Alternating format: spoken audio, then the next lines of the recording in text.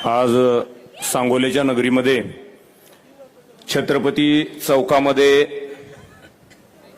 महाराजांच्या आशीर्वादानं महाराष्ट्राच्या राजकारणातला सगळ्यात प्रभावी नेता, ज्या नेत्यानं राजकारणात सत्ता किती मिळते ह्याच्यापेक्षा संघर्ष काय ताकदीचा वयाच्या 70व्या वर्षी उदाहरण दिलं ते आदरणीय शहाजी बापू पाटील साहेब या ठिकाणी व्यासपीठावरती बसले. या तालुक्याचा आभार मानण्या अगोदर या नेत्यासाठी, जिगरबाज नेत्यासाठी आपण सगळ्यांनी 2 हात वर करून जोरदार टाळ्या वाजवायच्यात. लढावं तर बापूसारखं लढावं, जिंकावं तर बापूसारखं जिंकावं.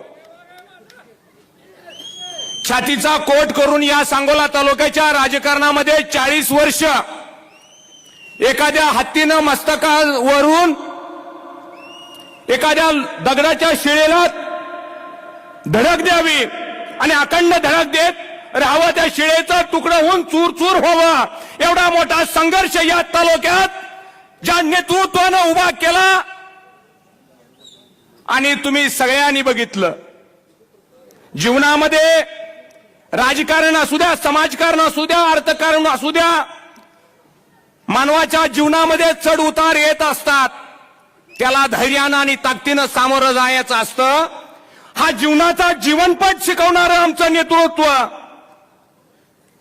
जम्मू काश्मीर पासून कन्याकुमारी पर्यंत, पश्चिम बंगाल पासून अरबी समुद्रापर्यंत माझ्या सांगोल्याला जर कुणाच्या नावानं ओळखत असतील तर ते ढाण्या वाघ शहाजी बापू पाटलांच्या नावानं ओळखलं जातं. मित्रांनो, विषय या ठिकाणी घेत असताना आज अभिनंदन कुणाचं करायचं हा प्रश्न आला.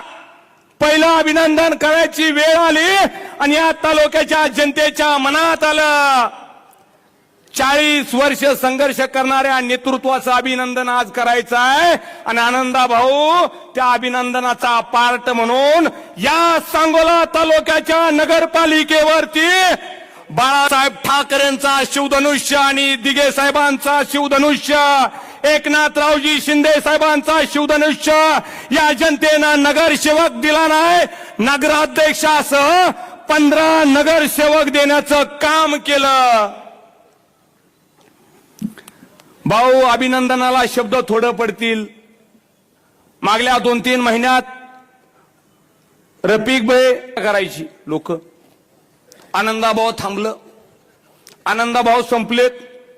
त्याला गाडी आहे का, त्याला घर आहे का, राहायला घर आहे का, काय अवस्था आहे त्याची. बोलणाऱ्यांनी केली, टिंगलटवाळी केली, चेष्टा केली, माणसांनी कुचेष्टा केली. पण जिद्दीच्या जोरावरती माझ्या नेतृत्वानं ज्या ज्या घटक पक्षांनी नेत्यांना दबाव आणला होता, मुंबईतून फोन आले, दिल्लीतून फोन आले, गृह विभागाचे फोन आले, आम्ही असं करू, आम्ही तसं करू, तुमच्या गड्याला हे चिन्ह घे लावा, ते चिन्ह घे लावा, असंच करतो, हितच धावतो, ततच धावतो, आता बघतो मग बघतो.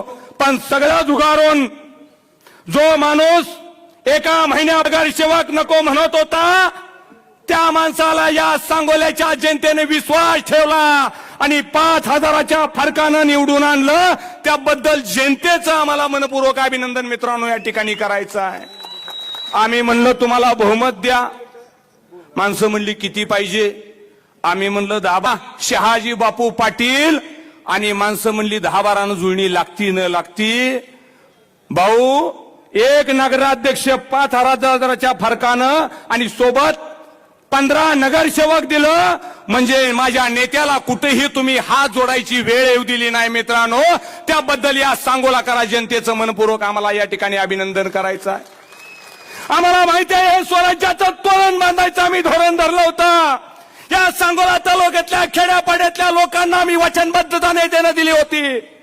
राजकारण करत असताना फक्त जिंकायसाठी ते करायचं नसतं, तर मूलभूत लोकांच्या गरजा पूर्ण करायसाठी राजकारण आणि समाजकारण. रफिक भाई, आपणा सर्वांना माहिती आहे या सांगोला शहरातील 18 पगड जातीच्या माणसांनी कुठलीही जात पात धर्म पंथाचा विचार केला नाही. या शहरातील अगदी टोकाची माणसं, गोरगरीब असतील, दररोज रोजंदारीला असतील, किराणा व्यावसायिक असतील, छोटे छोटे व्यवसाय करणारी असतील, पानटपऱ्या चालवून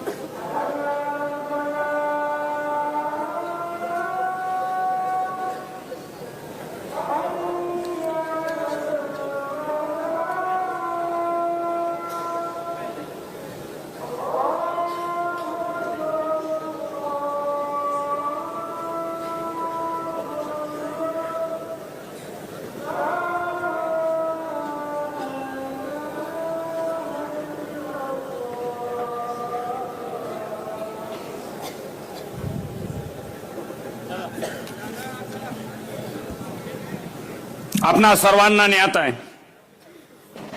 सांगोल्याची कालची निवडणूक ही स्वराज्याच्या तोरणाप्रमाणे होती. आपणा सर्वांनी इतिहास वाचलाय.